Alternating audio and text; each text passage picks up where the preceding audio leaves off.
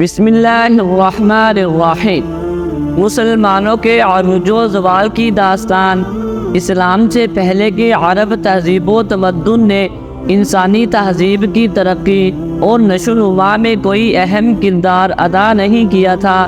اس زمانے میں یونان کی تہذیب انسانی اقدار کی نشو و نما میں کچھ نہ کچھ قدر سے بہتر کرنے کے لیے کردار ادا کر رہے تھے۔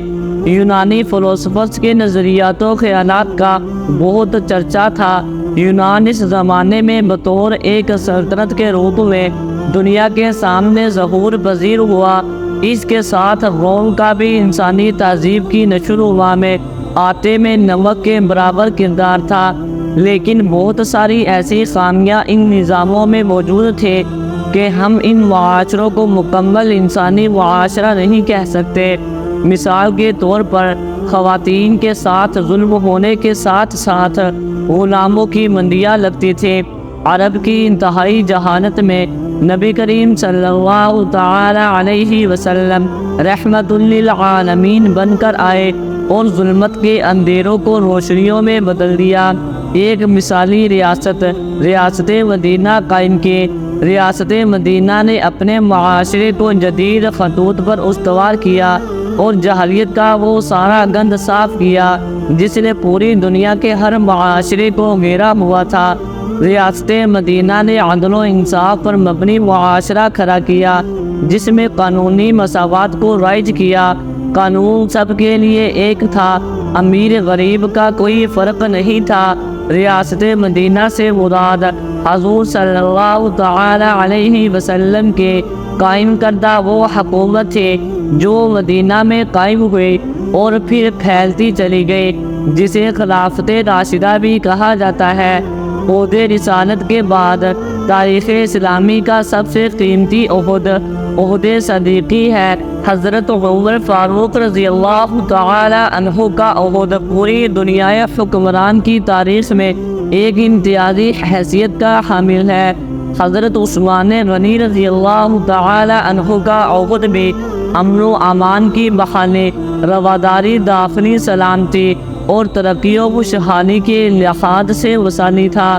شیر خدا سیدنا علی المرتضیٰ کرم اللہ وجہ الکریم کا عہد بھی دین و تقوی، اخلاص، مشاورت، قرآن و حدیث کے اصولوں پر قائم تھا۔ سیدنا حسن رضی اللہ تعالی عنہ، سیدنا امیر معاویہ رضی اللہ تعالی عنہ کا عہد بھی فتوحات، امن، خوشحالی کا زمانہ تھا۔ پھر بنو امیہ کا دور موروثی بادشاہت اختیار کر گیا، لیکن اس دور میں بھی چند بڑی فتوحات ہوئے۔ محمد بن قاسم جیسے مجاہدین اسلام کی سرحدیں وسیع کرتے ہوئے اس دار فانی سے کوچ کر گئے۔ موسیٰ بن نصیر، طارق بن زیاد، حضرت عمر بن عبد العزیز، یوسف بن تاشفین، نور الدین زنگی، سلطان صلاح الدین ایوبی، سلطان محمود غزنوی، خلافت عثمانیہ کے بانی غازی ارطغرل، غازی عثمان اور سلطان محمد فاتح سے لے کر خلافت عثمانیہ کے آخری خلیفہ سلطان عبد الحمید ثانی تک سمیت اسلامی تاریخ کے کئی ہیروز ہیں جنہوں نے دنیا پر مثالی حکومت قائم کی۔ مسلمانوں نے کم و بیش 1200 سال تک دنیا کی سب سے بڑی طاقت کے طور پر حکومت کی۔ اس دورانیہ میں مسلمانوں کو کچھ علاقوں میں پسپائی بھی اختیار کرنا پڑی، جیسا کہ اندلس سے مسلم اقتدار کا خاتمہ، فلسطین پر کچھ عرصہ کے لیے عیسائیوں کا قبضہ، یا پھر تتاریوں کے ہاتھوں مسلمانوں کی شکست، لیکن مجموعی طور پر مسلمان ہی غالب رہے۔ مسلمانوں کا زوال تب منظر عام پر آنے لگا جب خلافت عثمانیہ، جس کی حکومت ایشیا، افریقہ اور یورپ پر پھیلی ہوئی تھی، مانند پڑنے لگے۔ دوسری طرف مغل سلطنت، جس کا رقبہ 40 لاکھ مربع کلومیٹر تک پھیلا ہوا تھا، ایک دم سے سمٹنا شروع ہو گئی۔ انگریز برصغیر میں تجارت کی غرض سے داخل ہوئے اور اپنی چال بازیوں سے آہستہ آہستہ اقتدار اپنے ہاتھ میں لے لیا۔ بالآخر 1857 کی جنگ آزادی میں انگریزوں نے برصغیر پر قبضہ کر کے مسلمانوں سے ان کا رہا سہا وقار بھی چھین لیا۔ اسی طرح پہلی جنگ عظیم کے بعد خلافت عثمانیہ کا بھی مکمل خاتمہ ہو گیا۔ مسلمانوں نے گزشتہ صدی عیسوی یعنی 20ویں صدی کا آغاز اس ماحول میں کیا تھا کہ دنیا کے بہت سے مسلم ممالک مغربی استعماری ملکوں کی نو آبادیاں بنے ہوئے تھے۔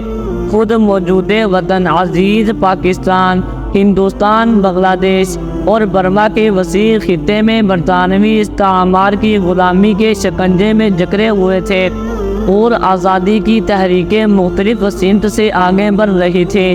دوسری طرف عالم اسلام کی سیاسی وحدت کے آخری علامتی مرکز خلافت عثمانیہ کو سبوتاژ کرنے کے لیے یورپی ممالک کی سازشیں نقطہ عروج کو پہنچی ہوئی تھی اور ملت اسلامیہ مغربی قوتوں کے مقابلہ میں مسلسل پسپائی کی حالت میں تھی۔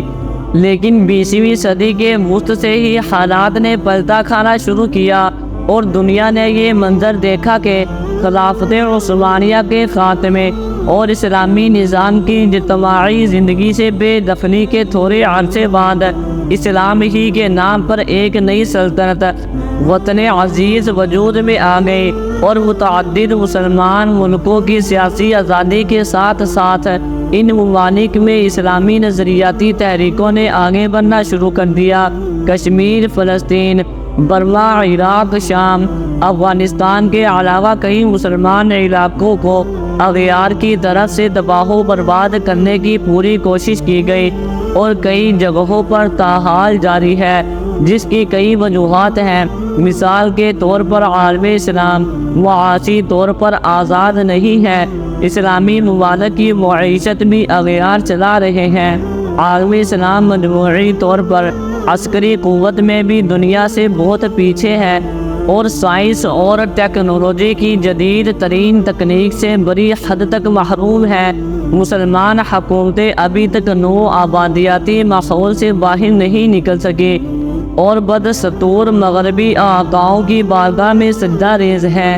ضرورت اس امر کی ہے کہ مرعوب اور غلامانہ ذہنیت کی حامل مسلمان حکومتوں سے جس قدر ممکن ہو نجات حاصل کی جائے۔ ہر مسلمان ملک اپنی معیشت کو مضبوط بنانے کے لیے خصوصی ٹیمیں تشکیل دے۔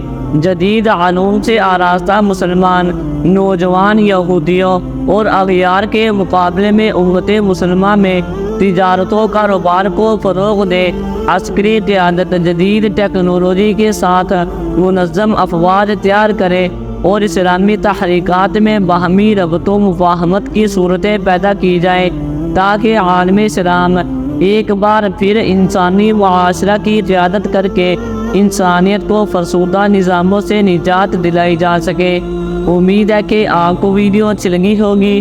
ویڈیو اچھی لگی ہے تو ویڈیو کو لائک ضرور کر دیں اور چینل کو بھی سبسکرائب کر دیں تاکہ اس طرح کی انفارمیٹیو ویڈیوز آپ کے پاس بر وقت پہنچتی رہیں۔ شکریہ۔